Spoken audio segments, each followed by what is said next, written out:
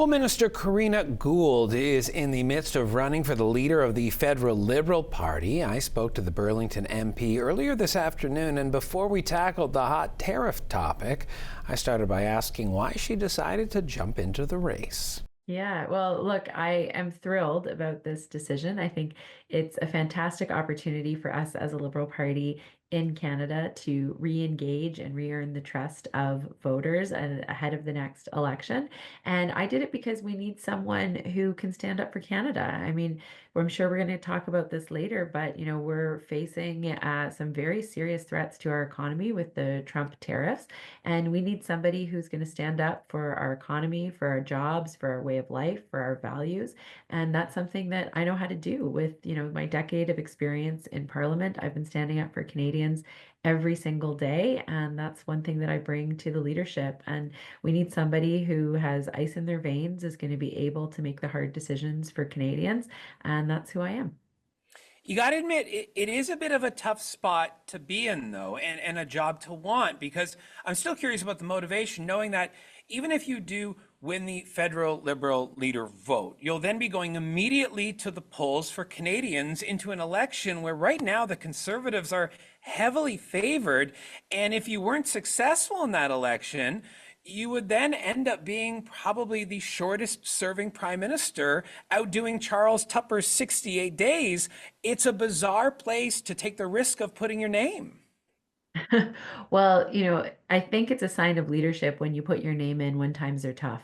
And it's not just about doing things that are easy, it's about being there for the party and for Canada when things are tough. And I'm not afraid of a challenge. I never have been. I mean, when I ran in Burlington in 2015, everybody said that it was an impossible task. But here I am a decade later, having won 3 elections in this community, and excited to do this. And again, like I'm doing this for country. Like that's why I'm doing this, because I care so much about Canada and I care so much about Canadians.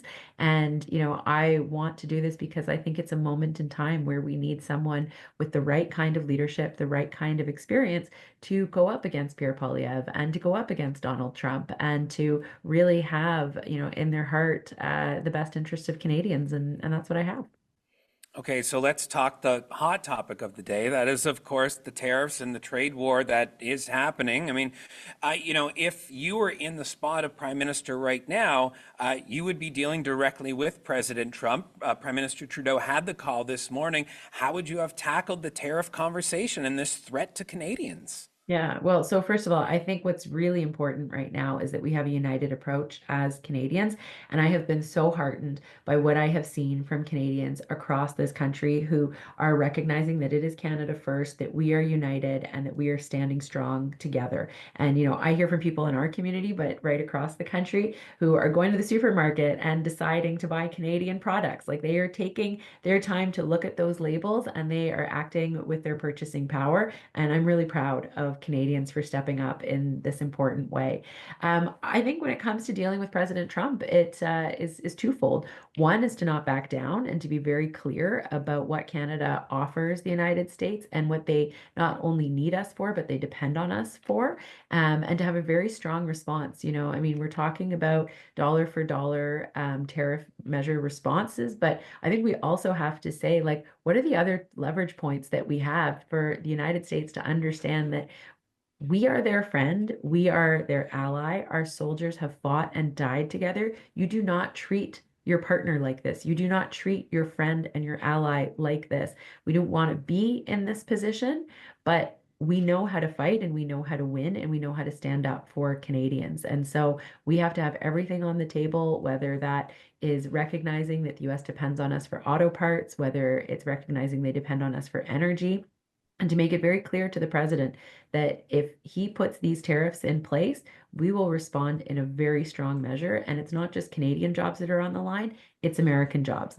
But there's an alternative. We don't have to do any of this. We could just work together to achieve our common objectives, which, for the president talking about fentanyl, guess what? We don't want fentanyl in Canada either. There are too many people in our community and across this country who have lost loved ones to the toxic drug supply. You know, let's work on that together. We can actually do these things together and make a real impact.